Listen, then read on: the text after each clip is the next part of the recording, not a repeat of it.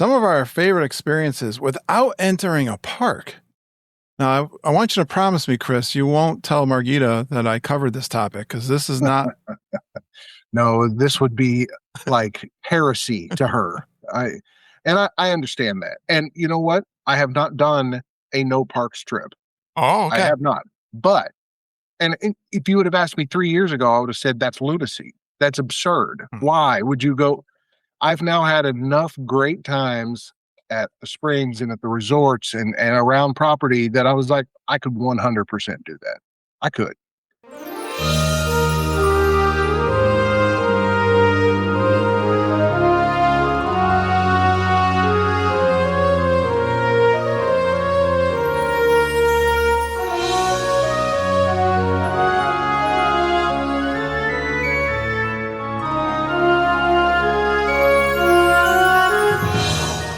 I could do it too, Chris, but again, please don't tell Margita that you heard me say that. Hey, Disney Geeks, Curtis Stone here, host of the Geekin' on Walt Disney World podcast. This week I'm joined by my good friend Chris Futrell for one of those classic Disney Geek conversations where we just start talking. And before you know it, we built the perfect Disney day without ever stepping inside a theme park. From resort hopping and incredible restaurants to fireworks cruises, hidden lounges, relaxing resort days, and some of our favorite Disney experiences outside the parks, this episode is full of ideas that might just inspire your next vacation. If you're planning your next Disney vacation, we'd love to help. My wife Margita and our good friend Auntie Judy, they're the Traveling Tiaras. They help families plan unforgettable vacations to Disney World, Disneyland, Disney Cruise Line, Universal, Epic Universe, and so many other amazing destinations. If you've already booked your trip, no problem. You can transfer that reservation to the Traveling Tiaras and still receive their personal planning and support. It's one of the very best ways to support the podcast, and we truly appreciate everyone who does their bookings with the Traveling Tiaras. Email them, travelingtiaras@gmail.com. You don't have to remember that right now. Check the show notes in that podcast app that you listen to the show, and you'll see their email. And Judy and Margita would love to chat with you. Just like I love this chat with Chris. Talk about our favorite Disney experiences that don't require a park ticket. Resort hopping, lounges, restaurants, and hidden gems worth seeking out. The best free activities and the biggest splurges around Disney World. Ideas for couples, families, rainy days, and relaxing resort days. Chris's perfect non-park Disney day and how we'd spend ours. Plenty of Disney Geek conversations, laughs, and planning tips all along the way. Now leave your park map behind for a little while, because today we're exploring a whole different side of Walt Disney World with my pal, Chris Futrell.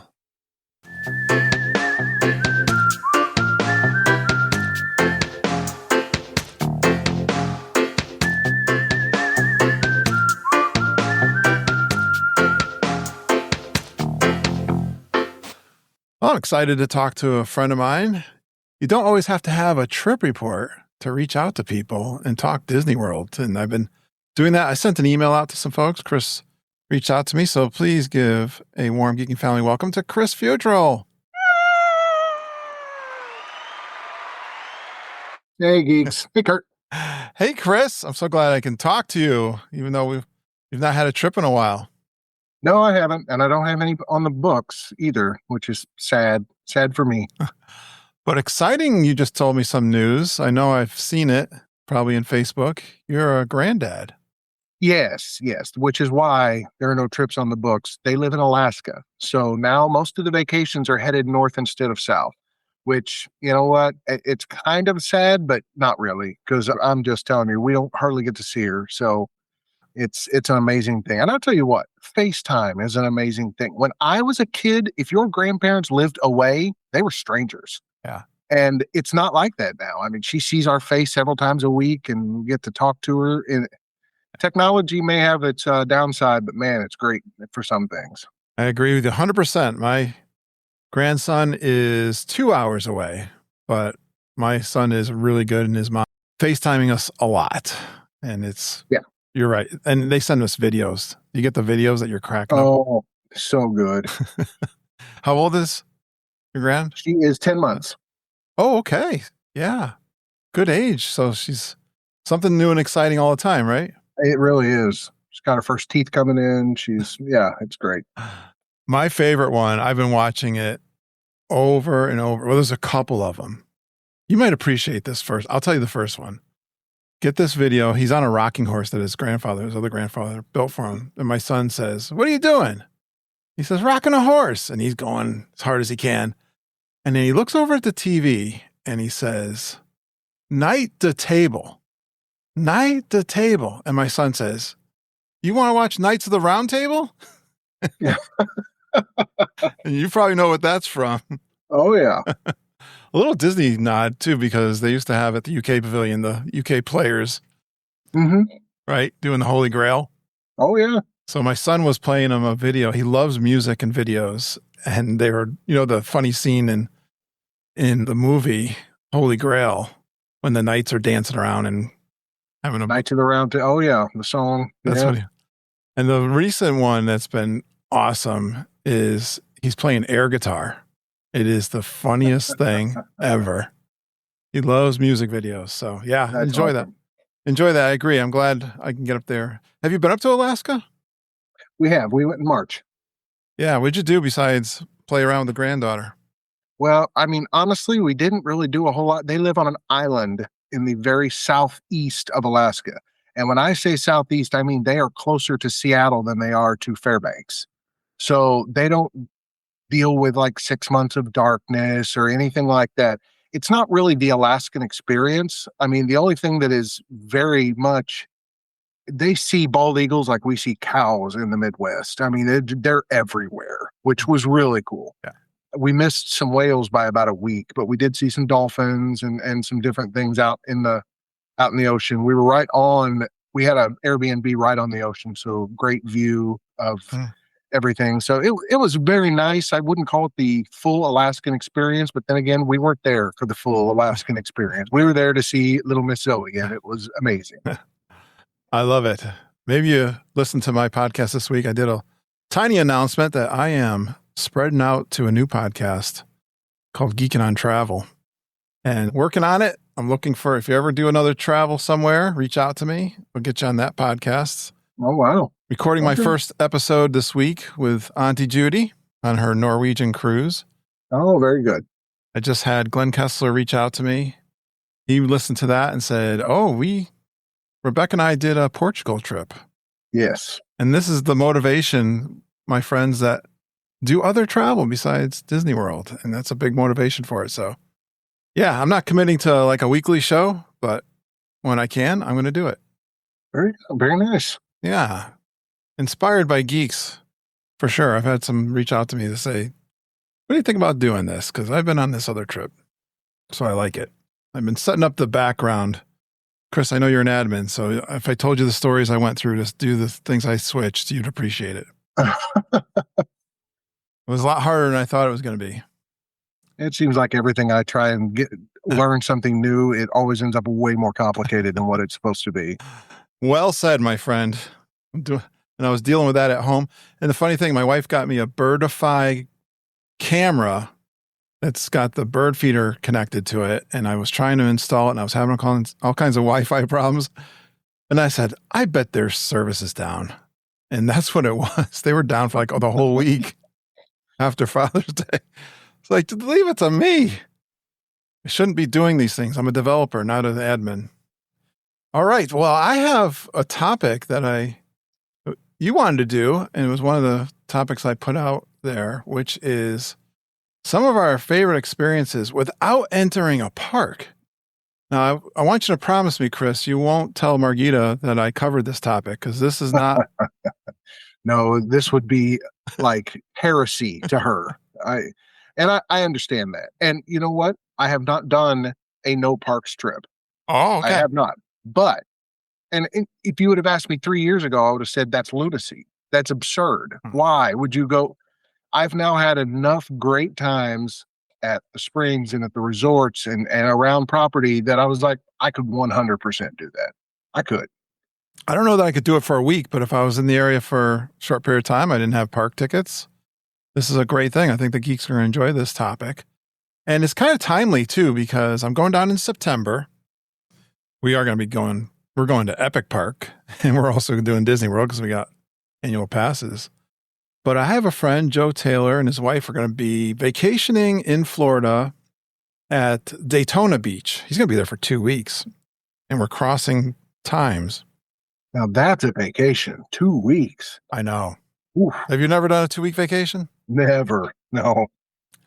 I haven't done one lately, but it is a great thing. I was thinking about it because we're going to be doing like 9 days or nights on our trip in September. I might take 2 weeks off and maybe not all down there, but my question, if you can help me with this, and it might be related, it's only for half a day. Like if they come in and visit us, he wants to come and see me and bring his wife. We talked about doing a parks, but the cost was like crazy for one day. Yeah, it's kind of prohibitive, especially if you're not going to be there the whole day, park open to park close. It doesn't make economic sense. That's what we were thinking. And my first thought was, and you're going to know the problem with this right away when I tell you, was we're staying at Old Key West in a 2-bedroom suite, which is great. And I want to give them kind of a Disney experience. I said, why don't you drive in? I'll meet you at the resort. We can hang out at the resort and have some drinks, whatever, hors d'oeuvres, with a plan to go down to Disney Springs. And that's a great thing to do because, as you know, with the Old Key West, you got the boat access down to Disney Springs, right? That's fun. Try a little Disney transportation. Go down to Disney Springs. We can hang out there. I like the live music. He likes music. Again, find a really good lounge and a good dinner place, and then take the boat back. So do you know what the problem is with that? I do. Now? As of 2 days ago, they have changed the rules at Disney Springs. And if you're not staying at a resort, they will not let you on the bus or watercraft to go to a resort from Disney Springs. If you have a dining reservation, they will let you go, but you only have 2 hours beforehand that you can actually get on the bus. And they do that because you have to cancel your reservation in 2 hours to avoid the late fee. So they're not going to let you get away with hopping a bus because we have a dinner reservation and then canceling it 30 minutes later and just doing what you want. They're being smart with this. I mean, as far as that goes, and for the most part, it does not affect us who are out of state because we're staying at a Disney resort and there are no restrictions for us. So we can move around as we please. So when you told me about this, the elephant in the room for me was, why don't you add them onto your reservation? Interesting. I mean, you could get one of them on My Disney Experience if they don't already have the app and add them to your reservation, link up with them, be friends with them, and then no restrictions. They don't have to stay in the room. I mean, you're in a 2-bedroom. There wouldn't even be a question about that's too many people. I mean, that is a brilliant idea, Chris.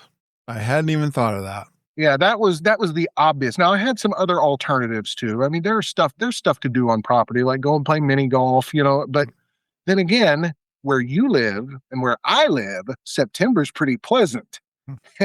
In Orlando, not so much. It is still surface of the sun hot there. So I can't see going to play mini golf except maybe November, December, January, that kind of time frame. But the other thing I thought of was, and this would be something that you could do fairly cheaply, you could make some reservations at somewhere like, let's say, Rick's Sports Bar at Coronado. You can just go there for an appetizer and drinks and then head up to Dahlia. I mean, and, have a great experience like that. Yeah. And still be able to, get around property. And that way you could you could still go to the Disney Springs, do your thing, and then, have a dinner reservation there at Rick's if you didn't want to add them to your reservation and just go, So there's several things you could do. You could do a Skyliner crawl or a monorail crawl. I mean. Yes, that was the one I was thinking of, Chris. Like, I think he'd be okay with a nice dinner, if you're going to call it that way. You might call it an expensive dinner. I think you might be into that. And I was thinking, a monorail crawl, which is pretty unique in its own right, to go through the Polynesian. Maybe he may be okay. It's only like an hour drive back home. So we could do the Contemporary and do the top of the Contemporary. California Grill? California Grill and do the fireworks. Yeah. The other thing actually I'm thinking of, and this is more difficult to pull off in a way, but I might be able to get enough people. I think what do you need? Like 10 people to do the fireworks cruise and then split it up, I think. And I was particularly thinking of Magic Kingdom because I just haven't done that one before. And it's recently come up on podcasts. Yeah. That was another, we could do that too. That would be a lot of fun. And I mean, I guarantee you there's going to be people down there. So yeah, I've got a couple of people in mind to reach out to. So yeah, that could be fun too. I really like that idea if I can pull it off. But thank you. Yes.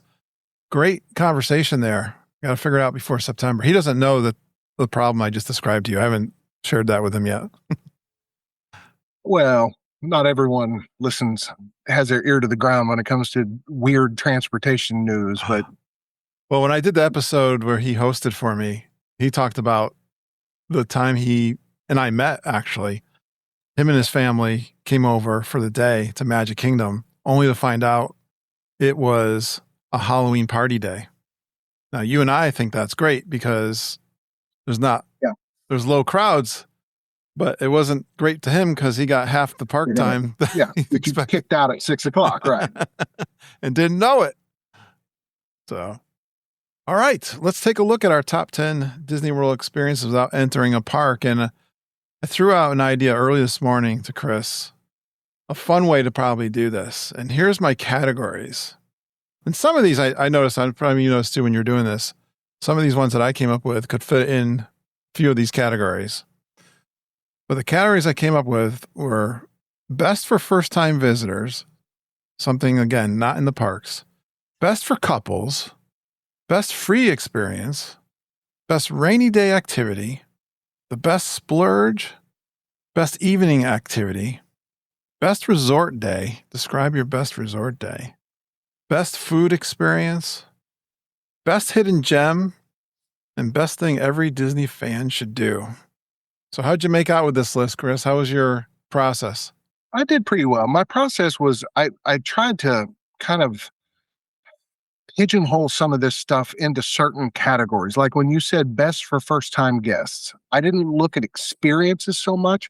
When it come to this one, I looked at the resorts. What would be the best resort for first-time guests? And I came up with one for people with kids and maybe a couple for people without kids. Yeah.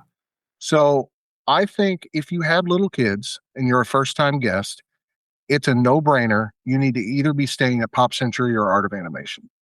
The kids are going to love the oversized characters and big stuff. Plus, both of those resorts are on the Skyliner, which are going to automatically make things a little easier, and they're not going to break your bank.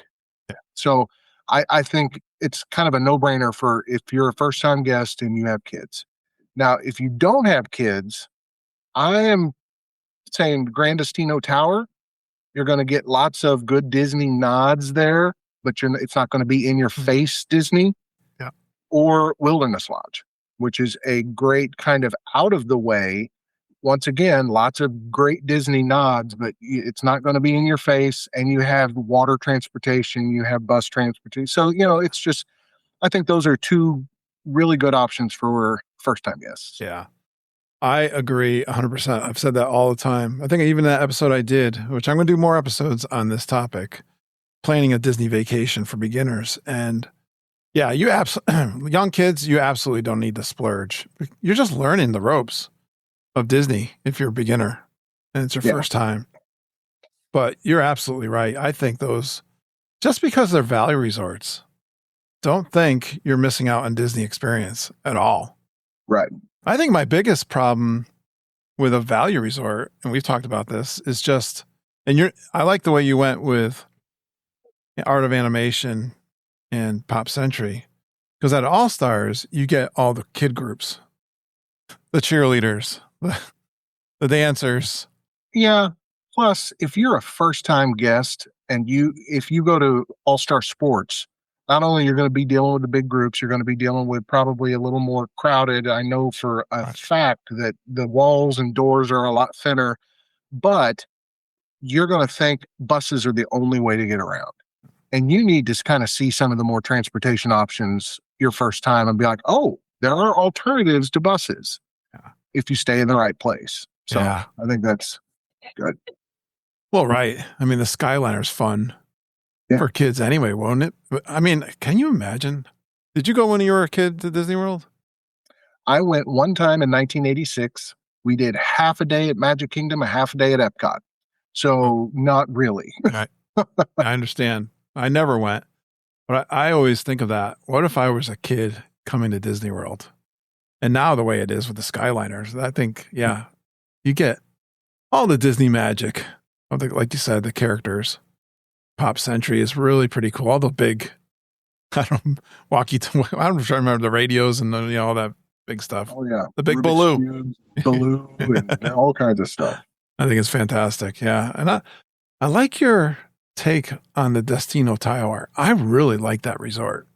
Yeah, I do too. That's a pretty good deal too. Is it still? It's still better than it. I mean, it's still half the price of a deluxe. And I feel like you're getting almost deluxe-like qualities. You're not getting a balcony. Yeah. But other than that, and I think it's partly because they're so new. It was new construction, so they've really kind of made it elevated. But just the fact that you have, I mean, it's kind of ridiculous. It's a moderate resort, but they have 6 lounges there. They have 3 or 4 full-service restaurants. And then quick service. I mean, there's just so much there. And I know it's because it's a convention hotel. They do a lot of conventions, so they try and, gear more towards adults, but it's great. I love it.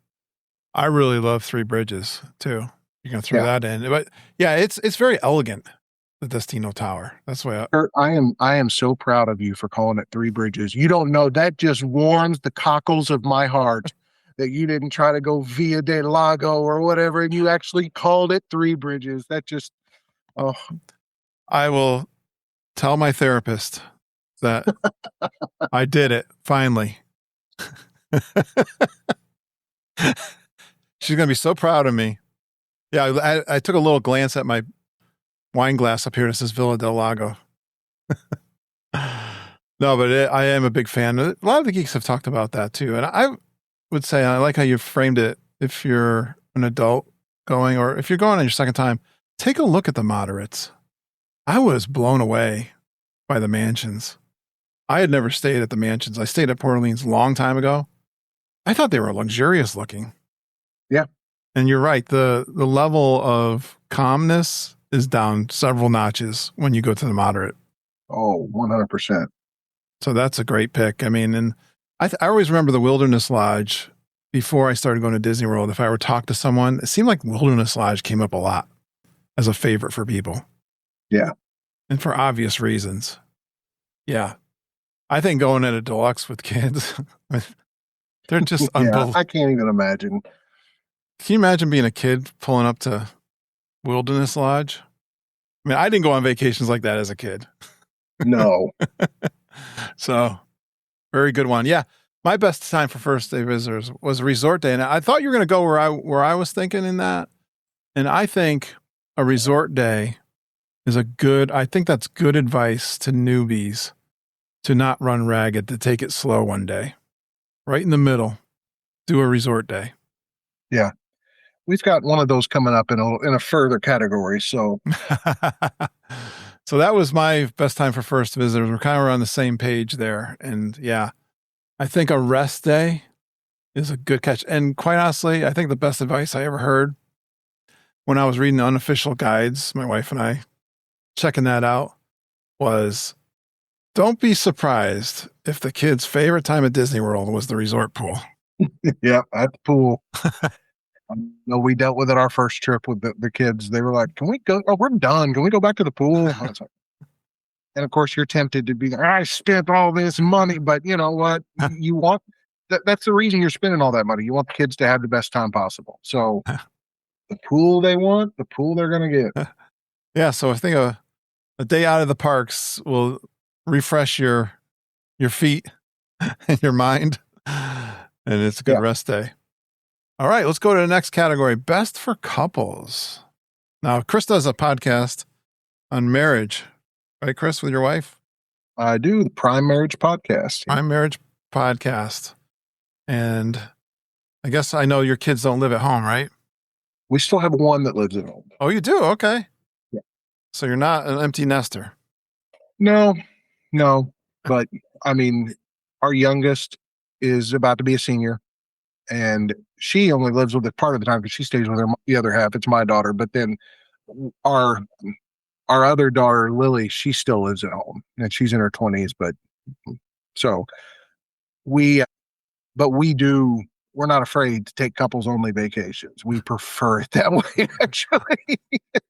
So yeah, this was something. When I think of best for couples, if you're just looking at resorts, I think there are some resorts that actually have romantic settings. I think French Quarter is one of them, or Riverside. Really, both Port Orleans. They have the carriage rides, and they have very conducive to date night type of vibe to them. And then the Riviera, even though I'm not crazy about the aesthetic, I've been very I've not been quiet on the fact that I'm not fond of that resort. I don't think it's great for you to look out at the window of a deluxe resort and have great views of a moderate resort. I just don't. That, to me, that doesn't even make sense. But I know the aesthetic with all the artwork and everything. It does have a very almost romantic vibe to it. Mm. And of course, they have a fine dining restaurant, lots of signature dining. That's great for couples to do signature dining. You don't want to take them kids to California Grill and to Flying Fish. I mean, you can if they're old enough. Some restaurants you can't at all. So there are a couple that are like that have like an age restriction. We'll probably get to that when we talk about splurges. But that's what I think of when I think of best for couples. Some of the more romantic dessert or resorts, and then just signature meals and kind of doing date night. And you can have some really good date nights at Disney Springs too. Yeah. You might have heard me say our last trip was the first time Margita and I went to Disney World and we were alone. Ever. It was so cool. I mean, again, we mentioned this opening. She's into the parks. Like, she doesn't understand people that aren't 24/7 in the parks. She would be there all night if she could. But yeah, it was pretty cool just to be the two of us, especially since you're used to I raised 3 kids, and I got the community. There's always someone, which is awesome. There's always people that we run into, but it was also pretty cool to just do whatever we wanted to. And that's the key, I think. I mean, if you get along and you have the same interests. Yes. That does make a difference. And we do. I mean, she's the one who got me into Disney. She just didn't realize she was creating a monster. So. Oh, really? Before you met Brandy? Oh, yeah. Yeah, after we got married, we had been married about a year, and she was like, her mom is wanting to take us on a vacation. I know we haven't really talked about this, but we're kind of Disney people. And I was like, okay, well, I like Six Flags. I guess that's fine. That's kind of where. Oh, I didn't know. Mind. Yeah, right. Because, I mean, like I said, 1986 was the last time I had been. So it was 30 years, in between trips, because that was in 2016. Yeah. So I had no concept of what I was getting into, so. Yeah, I like so I'm kind of in the same place. Did you have another one for best for couples? No, that's it. Oh, yeah. Okay. So I'm in the resort area too, but I'm going to take it to the resort hopping. And geeks have told me of doing this. I always thought it was a fabulous idea. This might be for the more advanced geek, but you would get on a bus from your resort and go to a park, and then randomly get on a bus, the easiest bus probably you would pick to go to a resort. Right. Bus roulette. Yes. Yeah. And that is a great way to resort hop. Of course, you could do a timely thing that's at Christmas time. People love seeing the Christmas decorations, or any really holiday, whatever the resorts are doing. But there are just so many we've been fortunate, I'm sure you have too, to spend time in almost all of them. You kind of act like you're living there. Yeah. You feel like you're living there. I agree. Yeah. So I love it. My thing, best for couples, of course, there's so many great lounges, and I didn't even know the resorts had fabulous dining. until like my third or fourth trip when my sister-in-law suggested, oh, let's book some places in the resorts. Really? Oh, okay. Come to find out some of our favorite restaurants are in the resorts. Oh yeah, they're way better culinary experiences for the most part than what's in the parks. Yeah. So. Yeah. And lounges, which we both enjoy too. So that's awesome. All right. Best free experience. Well, the first one I had on here was what you just mentioned, and it was resort hopping at the holidays. I think that is just so much fun to go look at everything. Wow. And I don't know if you're kind of in mourning right now about the no more big gingerbread house. That's really depressing to me. So I saw the headline, but you know how you see headlines on the internet and you don't believe them? And I didn't read the rest of it. So that's true. It is true. They said it's not coming back this year, and they were like, it's being discontinued for good. Now, we've heard those things before, and there's been enough outcry that maybe they brought it back. But last year it wasn't there because they were building that birdcage bar, the Perch, and they had all that construction there in the ground floor. So they said, well, we're not going to do it this year. But I think they've just decided they said they're going to do some smaller ones, but they're not going to do the big one anymore, which is kind of sad. That was it been seemed decades. right. And it seemed like some of the other resorts were trying to do something unique, right? The Boardwalk and Beach Club has a nice display also. Yeah, the Beach Club usually does a carousel of some kind of gingerbread, and they'll different characters on it every year. So I think they had a train set too. I'm trying to remember. They have a huge train set. Yacht Club, a lot of times they'll do a lighthouse, like a emulation of the lighthouse out in front in gingerbread. So did they give a reason for shutting it down? Not that I know of. Yeah. No. I mean, it's quite a project. It is. Maybe the gingerbread person retired and they can't replace him. Yeah, possibly. But see, me and my wife, our favorite week to go to Disney World is the first week of December. I love that time. Thanksgiving's over. The holiday crowds haven't quite hit just yet, but everything is decorated. Yeah. Festival of the Holidays has already started. It starts right after Thanksgiving. So everything holiday is in full swing, but the crowds aren't quite as heavy as what they're going to be in mid-December and late December. So we love to go at that time, and we always have a full day dedicated to going to all the deluxe resorts and just checking out all the holiday stuff. Yeah, a geek favorite for sure. Yeah. Was that your best free experience?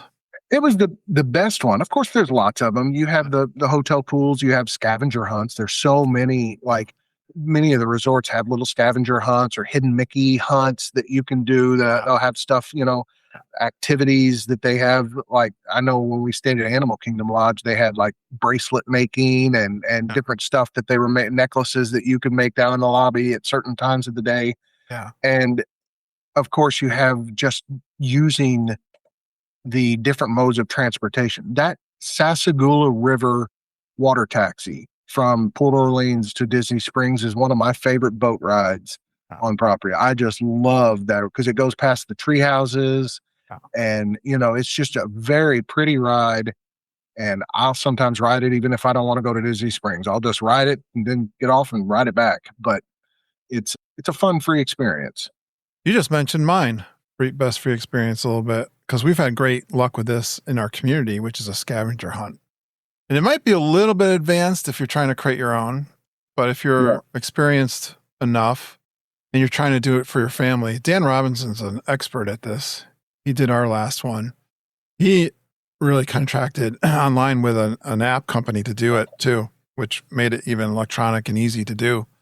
But if you're a little creative and you want to do that, and it made me think of too, when the kids were little, we used to vacation in Wildwood Crest, New Jersey, and my college roommate, Matt, and I don't know how we got the idea, but the kids were little, my 3, and he had a son. And Matt and I went out to the beach and he had got a treasure chest and filled it up with candy and toys. It was pretty good size. So him and I got up early, went up in the morning on the beach and buried this treasure chest. And we built a treasure map with clues on where you had to go next. And now you couldn't bury something at Disney World. I'm not saying you're going to do that, but you could go to a hotel lobby and say, hey, and you tell a cast member, we're going to be back we're doing this thing. And I will just tell you, the cast members love this stuff. Exactly. Every time we've done the Quest for Geek and Glory, the cast members get into it. They enjoy. They'll be being a excited part for of it. this Yeah, stuff. exactly, Chris. They would be excited for it. So you could do a treasure hunt with your kids. You could do it just at the resort itself. You could, and I wouldn't go so far as to say you can't bury something on Disney World property. I mean, how many geeks have done that at Castaway Key? I think they hid it behind a tree. Yeah, use the geolocation to leave it for the next geek. I mean, it's So that's a creative one. That's a creative one you can have fun with. Yeah. All right, best rainy day activity. Well, what jumped out to my mind first was the Grand Floridian Spa, the Census Spa. A spa day, would be great for some people. I particularly wouldn't enjoy that as much. Yeah. That's why my secondary one was Sangria University, especially now that they have moved it from, which I'm not fond that they moved it from Three Bridges up to Toledo, but it would be great for the views and for rainy weather, since it's inside now. So yeah, that is a lot of fun. And we already said how great of a resort that is. And some of these aren't a full day event. I wanted to give that asterisks. Absolutely. Yeah, but it could be a fun thing that everyone's looking forward to doing. Yeah, the spa. That's not something I think I would do, but that is very popular with people. You would have to schedule that ahead of time, wouldn't you, Chris? I think so. I don't know if you could show up ahead of time, but yeah. I just put Disney Springs. I think, of course, you got the movies and the bowling were the two activities that come to mind. But if it's raining and we're going in the parks, I think Disney Springs is a good place to go. Yeah. Especially now that they're about to open that level 99. That should be fun. So that should be a lot of fun for people. What's that? They're opening it where the Disney NBA experience used to be. Right. Where Disney Quest was. Right. Yeah. It's going to be a new interactive, like they have mental games, physical games. It's like a huge, it's incredible of what I've seen. It's opening like any day now. I didn't know about this. Wow. Yeah. Awesome. You can get 2 or like 4-hour passes to it. And like almost all the games are like whole family oriented. Like you have to, like, what are they called? Escape rooms and then different stuff like that. Well needed, I think. Yeah. Especially after they don't have Disney Quest and they got rid of the Void. And that's something I always wanted to do, but it closed down before we got back there. So it's one of the casualties of COVID. It never came back after that. So yeah, the Void was cool. If people don't remember, it was what's the virtual reality. Yeah, they had a Star Wars and a Wreck-It Ralph experience with that. I did the Star Wars one. That was Judy and Ken and Marquita and I did that. It was a hoot for sure. Yeah, I heard it was a lot of fun. Yeah, I'm surprised they don't do more like that. So I'm so glad that they're bringing this back. My kids love Disney Quest. That was one of those things. We talked about the pool. They love the Disney Quest. And apparently the food is really elevated at this place. It is not it's a game room with cheap, like chicken fingers and burgers. It's like elevated food and their cocktail menu and the whole 9 yards. So I think it'll be a good addition. Yeah, it doesn't surprise us because we've heard the same thing about at the bowling alley. Yeah. The food is elevated. A good place to eat, especially if you like sushi, I'm told. Right. All right. I think we're almost halfway done. 1, 2, 3, 4. Best splurge. Well, I think a deluxe resort would be a great splurge for a lot of people. I mean, I know that I've went to Disney now plenty of times, and I've only stayed at one deluxe resort. And we rented DVC points and stayed at Animal Kingdom Lodge one time. It was amazing. I mean, we just had an amazing experience, but the price tag on those resorts are hefty. And so that's definitely a splurge. What's the lounge? What's that called when you add on the food? I'm talking about they have a lounge there just for people. Oh, yeah. The club level. Club level. Yeah. Club level would be a splurge at a deluxe. Certainly would. Yeah. And everyone I've had on the show, when I first heard about it, I said, I had no idea that existed. Yeah, they keep it hidden. You don't see it if you're just a normal day guest. You do not see those concierge rooms or anything like Yeah. that. So Do they even advertise it? I mean, I never heard of it till I did the podcast. that no, they don't advertise it. I mean, club level at the Polynesian, and you get Ohana food, the noodles, the pot stickers. Yeah. And like at Animal Kingdom, you get the Boma food. So, and all the beer and wine. And yeah, they'll help you with Fast Pass and all that thing. Yeah, I would go club level at a deluxe resort if you could. Yeah. Yeah. And then I also had, of course, the ultra signature dining, like the triple A 5 diamond award winning Victoria and Albert's or Takumi Tay at Epcot or Monsieur Paul, some of those ones that are going to cost several $100s a person. Talk about a splurge, but of what I've heard from the foodies who have went, it's for them, it has been worth it. I've hardly heard anyone say that wasn't worth it. That's right. We've always heard that in the podcast here. So yeah. And I'll just add mine. Mine was dinner at Four Seasons, which is technically off property, I guess. But yeah, they have a really high end Kappa is what it's called. I think a really high end restaurant there. Yeah, and I've gotten good reviews from there, and also the Speakeasy Lounge that Dan and I think it was Samantha and some others, they went and did the Speakeasy Lounge over there too. So that's a big splurge. Yeah, I like those. Definitely. I like food. So how many times have we said on the podcast, food is an attraction at Disney World? You just took the words out of my mouth. Best evening activity. You really got lots here. There are so many things you can do at night at the resorts. The first one that jumped out to my mind because of a very memorable night there was Yeehaw Bob. I mean, that just immediately stuck out to me because we had an absolute blast when we went to Yeehaw Bob. I'm glad you're still talking to me after that. Yeah, Geek event. Glenn was the one who spit all over me. If I wasn't going to be talking to anybody, it would have been him. But I sponsored the event. yeah. But Jelly Rolls was great too. Of course, it's not. Although they have announced the replacement now. Did they?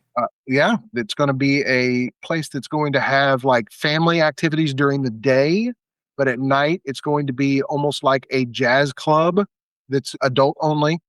And it's going to be kind of try to reminiscent of the old boardwalk, entertainment from the 20s and 30s. It's called the Hurly Burly. Right. I like that. So they're opening in that. They're opening a new quick service where Big River Grill used to be. Oh, good. And, yeah, they've announced several things for the boardwalk area that are pretty cool. But, there's also Trader Sam's. And it opens earlier during the day, but at night it's adult only. So that's a great spot to go there. And then, of course, you have all the live music at Disney Springs. You just can't beat that. Outside of Raglan Road, there's several places where you can go to just hear live music any day of the week. And so that is just fantastic. I love that. I love that. And I got so much to say about this topic now that you brought up some of the things. I don't want to forget anything. Starting with, I love the boardwalk. They also have jugglers, and when I was there recently, I just looked across the water. I think we were eating at the beach club, came out, and they go, oh, it's such a fun place to hang out, the boardwalk. And we have this hidden gem. I could have put the boardwalk on the list of the hidden gems. And now that they're adding this stuff, it's great. I'll add, I don't know if you did this. Did you do the karaoke when we did it? Because that was something. I was there. Yeah. Something I always wanted to do. Yep. Yeah, Kimonos, which is in the neighborhood of the boardwalk over at the Swan. Actually, checking out the Swan and Dolphin. Now that I think about it, don't forget those resorts. If you're that has been my most enjoyable room that I have been in, other than that Savannah View at Animal Kingdom. It's really hard to beat that. I mean, where else, anywhere in the world, can you go out on your balcony and watch zebras and giraffes? It's just not. That's so unique. But I had a balcony room at the Dolphin over the holidays one time that overlooked Epcot fireworks. And I didn't want to leave the room. I wanted to hang out on that balcony and but a little spoiler alert because I kind of gave a bonus at the end of this, just saying my perfect day. And a lot of it is spent on Crescent Lake because it is my favorite place on property. Awesome. All right, we're going to get there. But I will say about Disney Springs, I had a really enjoyable time. I think it was Dan Robinson suggested, let's do a bourbon trail. You know how they Mhm. have beer trails or wine trails. We did a bourbon trail. We made it up ourselves. And we first stopped. I don't think we were going to stop. I think we kind of winged it. We had some ideas going in, but we stopped on the porch of the Blues, House of Mhm. Blues. And walks a guy with a guitar right next to us. And we're sipping our bourbon drinks and listening to this fantastic. He's got a little track that he's playing to, but he's playing guitar and he's taking our requests. Totally enjoyed that. Yeah. Totally unexpected. And that's the thing I think you'll see at Disney Springs for music too. I mean, of course, you got Raglan Road, which we all love, and you know what you're going to get there pretty much because I love the Irish music. But the outdoor performers that you run into, that was just such a fun time doing that. All right. I had for best evening activity was fireworks, and you could do it from the contemporary, like I mentioned, I might do with my friend Joe. And again, if you can get a bunch of people together, you could do this at Epcot and just take a boat trip and rent the boat. Yeah. And you can make it, it could be the best value on property if you get 10 people and split it. Mm-hmm. $60 to $70 per person. And you can get your own private boat, party boat. And yeah, you can go out to on the lake in Magic Kingdom and you don't have to fight the crowds. No, and I think you can bring your own adult beverages as long as they're not in glass. That's right. Yep. If that's your thing, you can do that. And they do include, I think, Cokes and snacks, chips and Yeah. stuff like that. But what a fun time. Relaxing. Again, no hassle. They do a little excursion around the lake and point things out for you too. I think that's one of the best values on property. I had that listed too, kind of as a little asterisk with families for firework views and then movies under the stars at the resorts. That's a great activity Yeah. for families during the nighttime, you know. That's well attended for sure. I see that with kids for sure. All right. What would be your best resort day? On this one, I kind of went with just a couple resorts that I think are ideal for a full resort day. If you want a resort day that you're going to stay at a resort, Animal Kingdom Lodge, don't think you can beat, and Fort Wilderness. And there's just so much to do. They have so many things that you can do. In fact, leading all the way up into the night, they have a nighttime safari at Animal Kingdom Lodge that you can do, you know, with the night vision goggles and you know, they just have so many activities at both of those resorts that I think you could spend all day at just that one resort. I like how the pools will have cast members doing activities with the kids. Oh, yeah. That's fun too, for sure. Yeah, I like your idea. I get great reviews of Fort Wilderness. The horseback riding. One I'm going to save for the end is part of that too. I just think relaxing. Like I'm on the beach. Like when I do a beach vacation, I don't run around as much. The fact that I could actually just hang around and just like chill. Just quiet time. Wilderness Lodge is a great place for that because they have those fireplaces and those chairs. I see people that sit there for hours, and I don't blame them. I've walked through there. I think we were, time to kill before we went over to Hoop-de-Doo and spent like an hour over there. Yeah, for sure. So many things at the resorts to do. Now, best food experience is on our list. Yeah, and once again, I put two resorts that are kind of renowned for their food experiences. One of them being the Grand Floridian. And even if you take off the ultra fine dining of Victoria and Albert's, you still have two signature restaurants, Citrico's and Narcoossee's. You have an underrated gem of the Grand Floridian Cafe that always has very solid food, very solid menu, and it's not going to break the bank. And they've reopened the character dining of 1900 Park Fair. So you have character dining with a buffet that is getting really good reviews as far as the food and the character experiences. I must say I'm a little sad they didn't bring the stepsisters back. For me, that was one of the best character interactions that we had at Disney ever. were the stepsisters at 1900 Park Fair. But I've heard that the new ones are great too. So I think that resort, even their quick service, Gasparilla Island Grill, it's great. It's got just some really elevated. Their mac and cheese is famous somehow. I don't know how you have famous mac and cheese, but they do. And then of course you have Animal Kingdom Lodge, just a slate of great restaurants. You have one of the best buffets on property with Boma.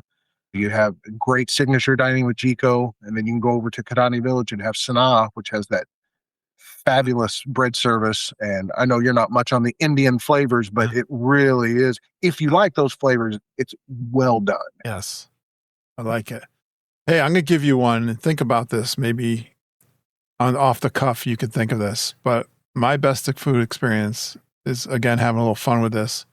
Spend a day trying these categories. A really great coffee. I know a lot of our friends are into espresso martinis. Find out where the best espresso martini is. I know someone who could tell you. If you ask me, I'll tell you. I have a feeling I know them too. That seems to be a very popular drink these days. And then a really cool snack, maybe something new. So this is like a scavenger hunt, a food scavenger hunt in a way. You can almost do a progressive dinner. Yeah. Like, do the appetizer one place. That's right. You're reading my mind. Somewhere else, a cocktail somewhere else, absolutely. And so snacks are really, something that you maybe never tried before, a Mickey Pants sundae somewhere. Like they have, I don't know if they have that. Well, they have it in the park, but they have it over at Beaches and Cream, something like that. But like you said, an appetizer, like if I was down at Disney Springs, I really love the Jock Lindsay's. Mm-hmm. And they got some great appetizers. Of course, you can get a drink there. That could be part of this. Chris and I are bourbon fans. Yeah. Right. Find a bourbon drink somewhere on property. You could make this difficult logistically to do, or you could make it, logistically easier to do. You could just limit it to the monorail or the Skyliner. That's right. Find what you need there at the Skyliner. Maybe you end up at Pop Century having tie-dye cheesecake as your dessert. You could really do it any way you want it. These, Instagram is famous for putting great pictures out there. Oh, I want to try that snack. What's the one? There's one I haven't tried yet. Is it over in Animal Kingdom? I'm trying to forget. It's like an ice cream. Yeah, ice cream, cookie, brownie. Yeah. I know what you're talking about. I know that's in a park. I've seen it, but I've not had it either. But I'm talking about, you've seen something, and you're like, you know what? Yeah, I want to do a first on all of these and just make a fun day of doing it. And of course, dessert and a signature dinner possibly. Yeah. Thrown in. So that's a best food experience idea to try. Do it all outside the parks. All right. Best hidden gem. I've got a couple on here. Number one, and this is because a lot of people don't, it kind of blew me away when I took me and my buddy who did the old fashioned crawl basically in November. When we went, he's a big Disney guy. He loves Disney. He's been a lot of times, but he never visits any resort that he's not staying at. And so he was in for a little bit of a culture shock with me because we jumped to so many different resorts, and he was like, this is amazing. But the place he was most blown away with is also my favorite lounge on property, which is Dahlia. And if you're not staying at Coronado, it's a little bit out of the way because it's not on the Skyliner. It's not on the monorail. You have to take a bus to get there or Uber or something, but the views up there are incredible. They have incredible small bites, and then their beverage program is just amazing. So yeah, just the vibe up there is incredible. Yeah. As you're talking about that, a tower crawl, hit all 3 towers. Yeah, you can do that. Absolutely. And then the other one I had, and this was a dining location that a lot of people kind of sleep on. And I know some of our geeks, in fact, have had a not great experience at. I've been there twice now and just had phenomenal experience. And that was Sebastian's Bistro. I think the food quality is just great. It's very reminiscent, not in ingredients of Ohana, but how they bring stuff out. And then, of course, they do have the same bread pudding, just as good, if not better, at Sebastian's. And it's easy to get a reservation at. I mean, because once again, it's a resort and you have to kind of go out of your way to get there. So yeah, those are my 2 hidden gems. It's interesting because Caribbean Beach probably years ago was always number 4 rated of the moderate resorts, I think. Mm-hmm. And until they made some improvements. And one is the Skyliner, obviously, Oh yeah. which they just lucked out to be in the middle of the Skyliner. But yeah, they improved with that restaurant. Apparently, I never went to the restaurant. I don't think I ever did before Sebastian's. We went there to Sebastian's when it first kind of opened, and we were very impressed. We were excited about that. And we've always liked the Caribbean. Margie and I always enjoyed Caribbean Beach. We did I that. know the restaurant that was there before Sebastian's had a horrible reputation. I Right. think it was called Shutters, I think. Yeah, I think you're Uh, describing it better than I did. It was a horrible recommendation.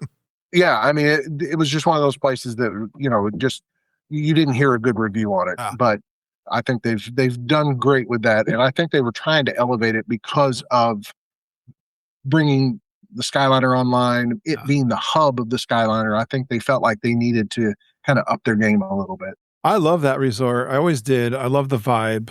I love that the Riviera is there because you could do that dinner and do a walk around that property, which is absolutely gorgeous, and go to the Riviera and go have a coffee or something over there and check out that resort Mm-hmm. for sure. Good spot. My hidden gem is really one that I've never done, and I've always wanted to do it. And I've been thinking about this in my mind a lot lately. I've got a granddaughter on the way also, but we talked about my grandson. My granddaughter could be born any minute now, but she's going to be living closer. She's only going to be about 30 minutes away. And one thing my grandfather did is instill a love of fishing.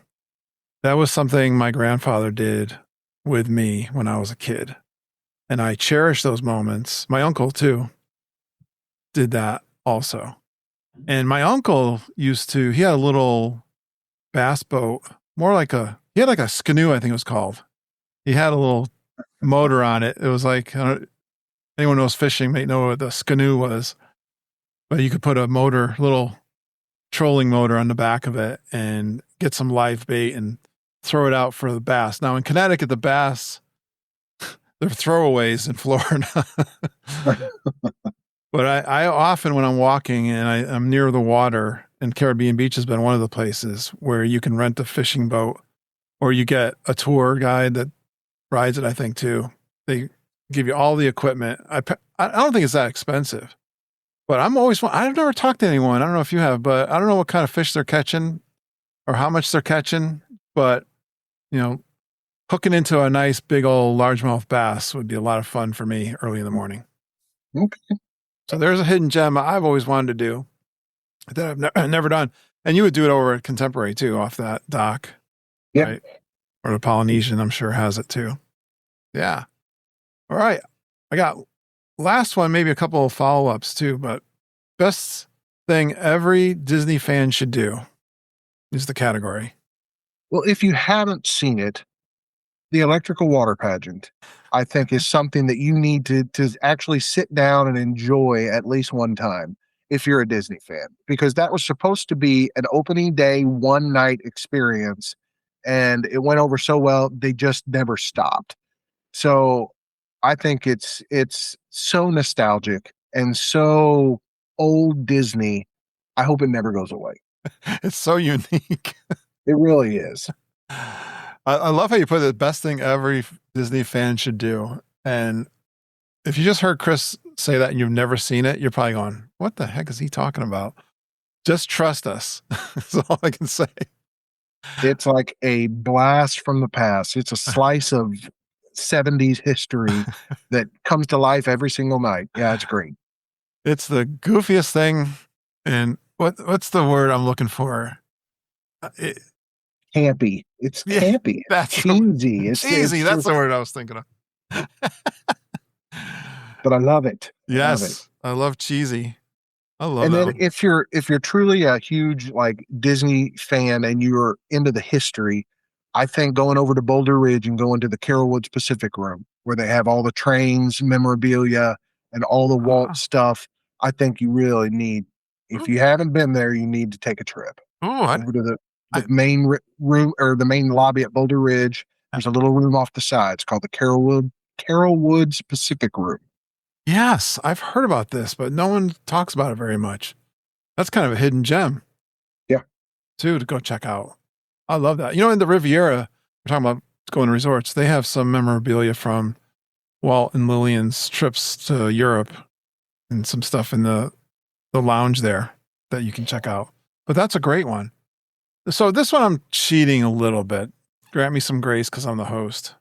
But you could, I think the best thing every fan should do is a tour. Now, you may have to do that in the park, but the only reason you're kind of wasting a park day too. You're not riding the rides.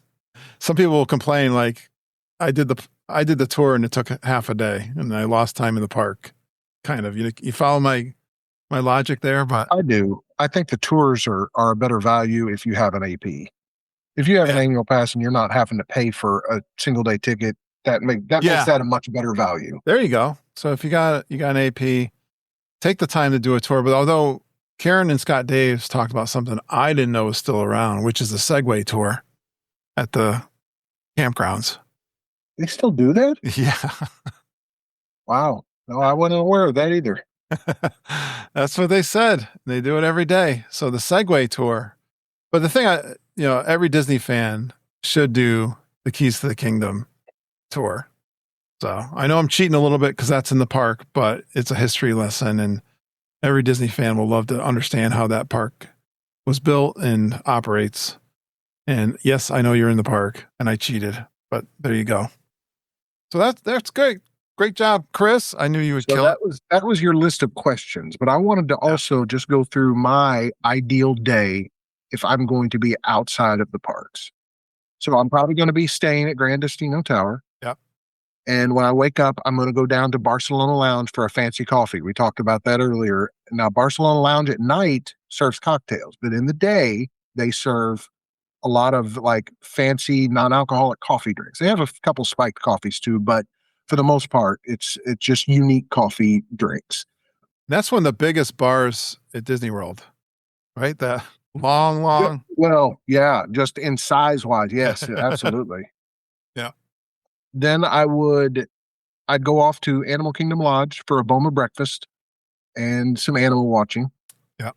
I would take a bus to Magic Kingdom and hop the monorail at the Contemporary to get to the Poly for lunch at Captain Cook's because those Thai coconut meatballs are so good. Pulled pork nachos are good too, but I make those at home. I can't make those Thai coconut meatballs. So those are so good. Okay. But I would then hop a bus to Hollywood Studios and catch a Skyliner to head to Crescent Lake. And I would probably spend the majority of my day there. I could honestly sit in front of the beach club and watch the boardwalk for hours. I just over Crescent Lake, watch the boats come and go as they're dropping people off. I just absolutely love that area. I know that area means a lot to you because that's kind of where you got your start, the Swan and the Dolphin. And that's what I'm saying, right? I'm thinking like we're like blood brothers, I think, Chris, because I have that same feeling when I'm over there. Like I don't know what it is about that area. Like it could have been my first introduction to Disney World was there, but it's such a beautiful area. Yeah, but I would go there. I love Abracadabra. I always pop in there for Black Manhattan. They have just pretty good drink. It's very small, but it has this smell to it that's almost musty, but I love it. Yeah. But I would do that, and then I would end the night over back at Gran Destino Tower at Dahlia, just trying to see what I can see from that balcony. I just love it up there. That's a great way to wrap up this episode. Although I have another question for you before we wrap it up. But I love that. And then that shows you the diversity of the things you can do and make a full day of it. And you're really hitting a lot of your favorites. That's how you packaged it. I mean, you could do like you did with the favorites, or again, you could do things that you never did before. Yeah. Either way. What a great one. I love that. Thanks for doing that. Yeah, the other thing I was thinking about, which I've never done much of, what would you do off property if you were not going to the parks? What is this off property you speak of? I don't know anything about it. That's why I asked you. I don't leave property. What are you talking about? Of course, I have been to the other place. Now, I have not been to Epic, but I've been to Islands of Adventure and Universal Studios, and it was fine. I didn't have a problem with that. some of the attractions there are absolutely fantastic. I mean, you're going to have a lot more thrilling, attractions over there and different stuff. I just don't think it has Disney's heart. I think Yeah. that's kind of where it's cohesive. And when it comes to just the perfect land, I think the Wizarding World of Harry Potter blew away Galaxy's Edge. Yeah. Like they used every inch of space in those areas, and just whereas Galaxy's Edge, I think they had a lot of missed opportunities. There's a lot of blank rock work there that needed to have something there. Yeah. But that being said, I still just the one land doesn't make it enough where I'm gonna venture out very often. I'm still I'm a Disney stan. It is what it is. I like how you said that, because Margita was telling me after she did her trip report, she felt like she dumped on Disney a little bit, but I think that's how she feels. Her heart's at Disney World still. Yeah, it's just got heart. The whole resort has heart. Yeah. I was thinking things that I would do if I could get off property. I'm not sure how to get off property, so I've never done this. I kid. Kennedy Space Center, not too far. Yeah. I think that's an area I would explore. I like history. Yeah, I like to be a tourist and do some things. Talk about cheesy. I don't know if that's the right word for this one, but Gatorland. Could I get Margita there? I don't know if you know, but she's scared to death of gators. Yeah, probably not.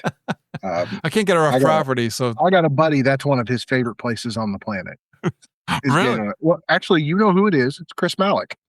Oh, really? Former host of the WW Review. I mean, they're kind of on hiatus right now. They're not putting out new episodes, but yeah, Chris Malick, he is an absolute fanatic for gators, and he has a home in Lakeland, and he goes down there all the time. I didn't know that. People go there all the time. I didn't know there was such a thing. I think I always wanted to check out Celebration. Yeah. So hang around. I have always wanted to do the outlets, and they're off property. So I would like to jump off maybe and take an Uber over there and check that out. Does Brandy like to shop? Yeah, she's the one who's been pushing me to try the outlets. She was like, I really want to go. I was like, we'll make that a priority next time. Yeah. Well, this was fun, Chris. Always enjoy it. Always fun talking to you. I got to do this more often. And if we don't have trip reports, I like this idea. I'm loving this a lot. You're like the second one I've done this with. I got a few more planned, and I'm encouraged. This was a lot of fun. I was afraid when I saw your list that you were going to have on there Disney hot takes. And I was like, it's going to be hard for me to stay away from that one, but I'll also become one of the most hated people in the community. So I don't really want to, because man, I got some spicy takes, but we're not going to go there tonight. So, well, you're the king of lists. I think of you because of the fun 60. Oh yeah, the March Madness Madness brackets. Those are very similar. I love seeing that. Chris has got a Facebook group, is it, that you do those with when the spirit moves you? Yep. You do it at the end of March and April. You got anything planned for next time, or are you still thinking of it? I'm still I don't even like to. It really is so much work that I need about 4 months before I even think about what I'm going to be doing next time. Too stressful to think of it this far away. It really is. Well, pal, thanks for coming on. Great seeing you. Hope you stay in touch. Oh, yeah. Thank you, Kurt. Please stand clear of the doors. Por favor, manténganse alejado de las puertas. Hey, Chris, thanks for coming on the show again. I always enjoy these conversations because they're relaxed, they're fun, and they're exactly the kind of discussions that Disney geeks can have for hours. This episode was a great reminder that Walt Disney World is so much more than those big attractions. Some of my favorite memories have been sitting in a lounge with friends, riding a boat across the lake, enjoying the live music at Disney Springs, exploring beautiful resorts, or simply slowing down enough to appreciate all those little details that make Disney so special. Sometimes the best Disney day isn't about how many rides you can squeeze in. It's about enjoying the atmosphere, the people you're with, and making memories together.